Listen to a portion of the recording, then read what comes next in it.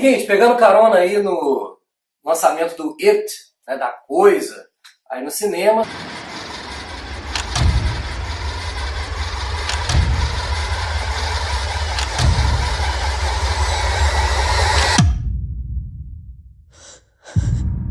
Bill, if you'll come with me, you'll float too. You'll float too. You'll float too. You'll float too. You'll float too.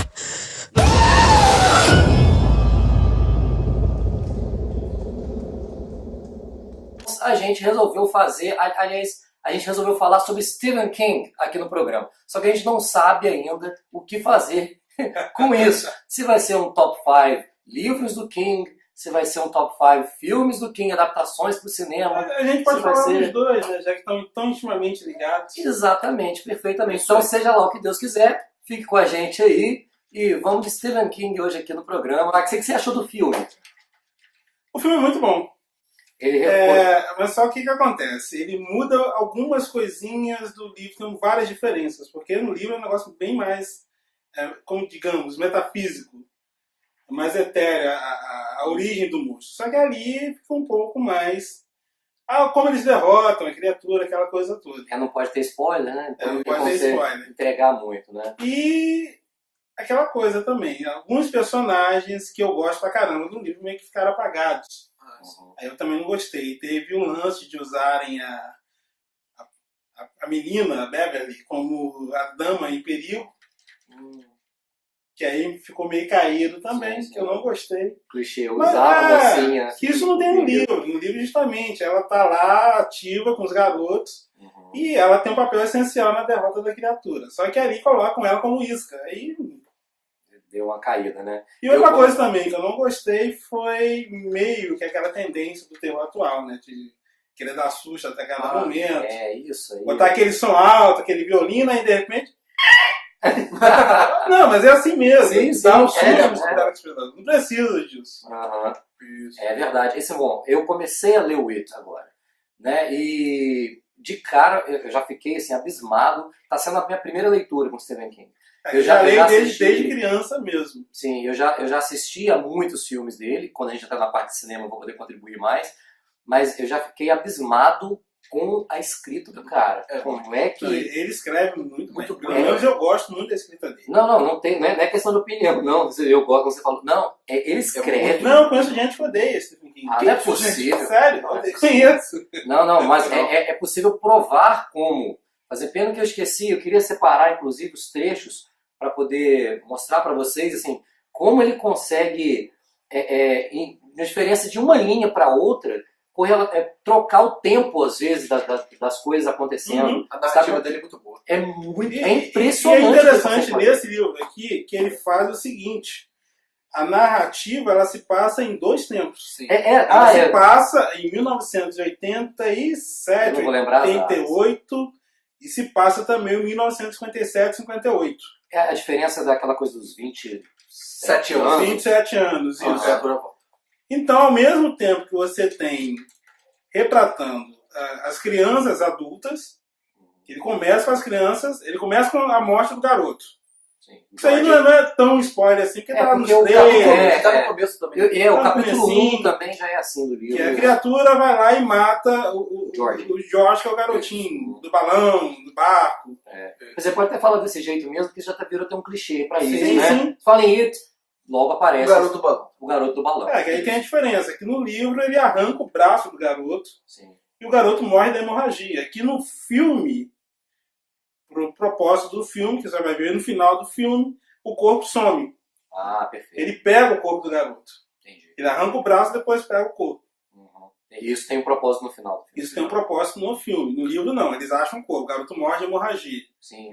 Você contando isso aí, eu lembrei de uns trechos assim, na escrita dele, que ele consegue colocar uma coisa tipo assim, e fulano, por exemplo, estava tão alegre com aquilo que ele tinha feito, aí na linha de baixo ele já coloca coisa que ele não vai se sentir tão alegre assim. É como se tivesse um narrador da história. Exatamente. É o narrador contando tanto a história das crianças quanto a história da cidade. Porque a cidade no livro é um personagem. É um personagem importante. Então ele conta a história da cidade, ele vai falando das características das pessoas da cidade, das coisas que acontecem na cidade. Que acontece lá? E você tem um narrador onipresente, onisciente, contando aquilo tudo. Que aí é o estilo da escrita dele. Agora, o It, muita gente já ouviu falar muita coisa. E os outros livros dele também são assim, Max? São. Vamos fazer um top 5 aqui. Opa. Fazer um top Vamos 5. fazer um top 5. Momento top 5. Opa, então você vai ter que fazer assim, 5, né? Aquela coisa assim. Vai lá. Então isso. Então, Max, manda pra eles aí. Você Assim, que do leu... que eu li bastante coisa do King. Como eu disse, eu li desde criança. Sou fascinado por ele. Tem 5 livros, vou botar o top 5. O 5º livro vai ser o Salem, que ele saiu aqui como A Hora do Vampiro. E o que trata o Salem? É a história de uma cidadezinha pequena. E nessa cidade, o nome dela é Salem, que é Salem Slot, né? Vem de Salem Slot, que é o terreno de Jerusalém, que Jerusalém é uma porta. Que ele conta a história da cidade. Que a cidade, antigamente, era uma zona rural. E tinha uma porquinha chamada Jerusalém que sumiu e ali era o terreno da Jerusalém. Aí abreviaram, ficou Salem, só Salem.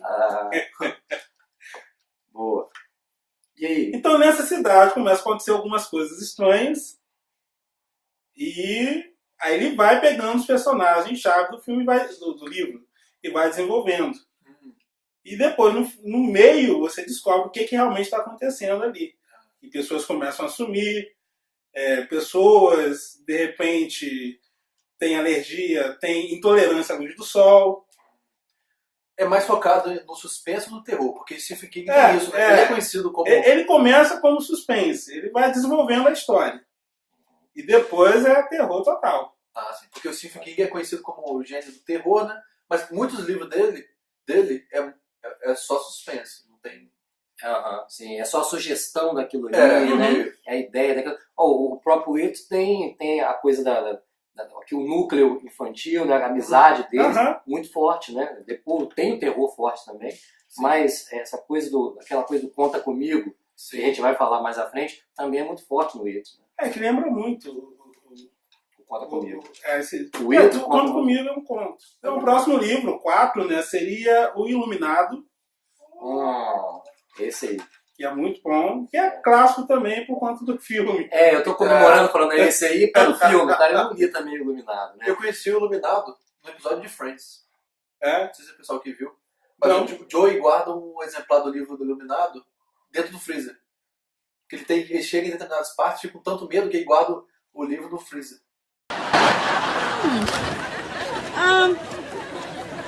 Why do you have a copy of The Shining in your freezer? Oh, I was reading it last night and I got scared, so... But you're safe from it if it's in the freezer? Well, safer. I mean, I never start reading The Shining without making sure we got plenty of room in the freezer. You know? Tem esse, tem o Cujo. Cujo é um filme que ele vê com o Rachel. É um pai desempregado que ele é encarregado de cuidar de um hotel. No meio do Colorado, lá no inverno. Ou seja, eles vão ficar durante todo o inverno presos no hotel. Só ele, a esposa e o filho. Ele é alcoólatra, aquela coisa toda. Ou seja, é a mesma premissa do filme. Até aí tudo igual, né? Porque quando a gente falar do top 5 dos adaptações, a gente vai comentar que filme e livro não conversam, né? Não são tão parecidos assim. Né? São parecidos, mas chega em determinado ponto que fica bem diferente. Diverge muito. Ok, beleza. Eu considero o livro bem mais desenvolvido. Sim. Mas o filme também é muito bom. Porque aí é o Kubrick, né? Aí tem muita coisa, muita coisa ali. Então é aquela coisa, no isolamento, aquela coisa psicológica do cara, vai desenvolvendo. Sim. E o filho deles é o iluminado do título, que ele tem poderes psíquicos, e ele encontra outro cara lá que o cara fala para ele, nós somos iluminados, a gente tem a capacidade de fazer determinadas coisas que outras pessoas não fazem. Que bom, né? Então o livro explica direitinho. Valeu, Stanley Kubrick. Valeu. Inclusive tem lá o Red Rum, né? É? Uhum. Você não lembra do Red Rum no espelho? Não. Sim, tá. Do filme. Porque durante ao longo do livro ele vai vendo a visão disso escrito. Uhum. Ele vê essa visão, ele não sabe o que significa isso. Sim. Red Rum. Mas vai aparecendo. Aí depois ele desvenda. Inclusive ele desvenda quem mandou a mensagem pra ele. Do Red Rum, a visão pra ele tudo que ia acontecer. Que o hotel é mal assombrado, o hotel pega e começa a assombrar o pai. O hotel quer pegar a criança pra, aumentar o poder do próprio hotel. Que maluquice. Não, Number 3. Então, o número 3 seria o cemitério. O cemitério maldito? Infelizmente que ganhou esse título, né? Não o livro, o filme. O filme. O livro continua o cemitério. Uhum. E pra mim é um dos melhores livros e mostra uma característica bem interessante dele. Que o horror do livro não é o paranormal.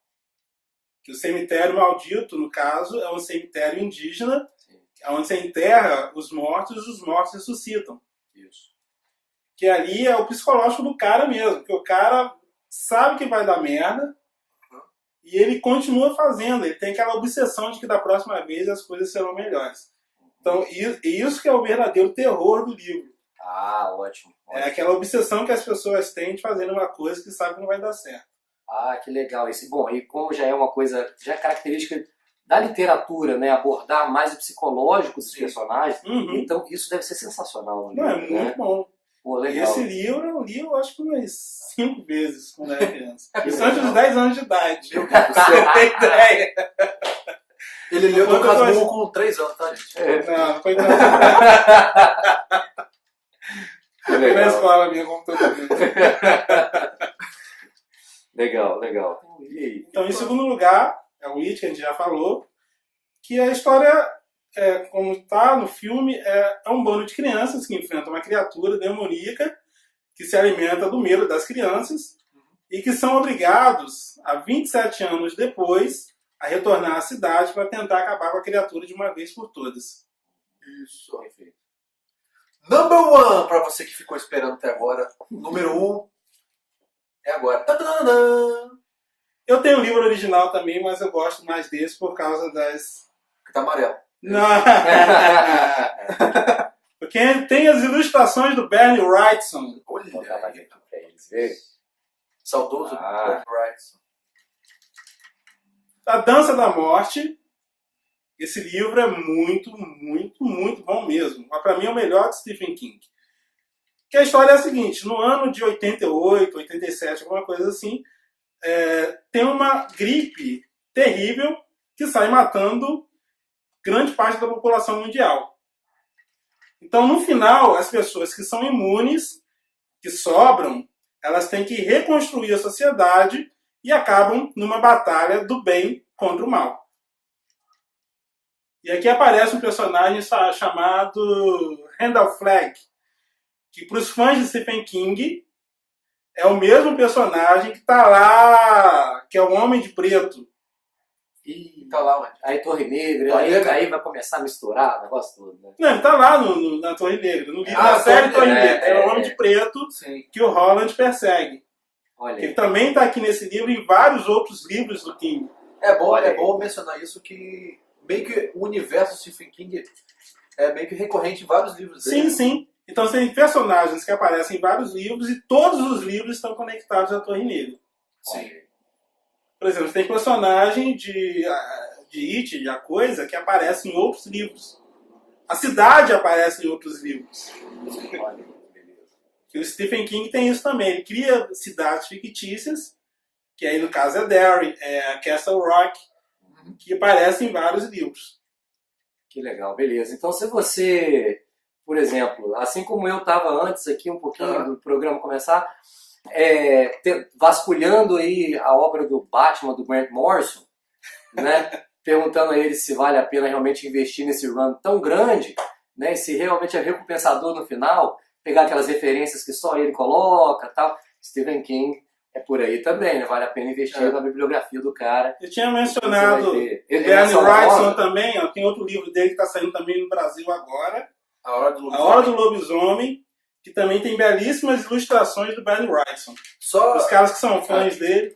Só um atento que a edição que está saindo agora, as ilustrações são em preto e branco. Nessa edição, que é uma pena, né? Nessa edição importada são as ilustrações coloridas. As cores são maravilhosas.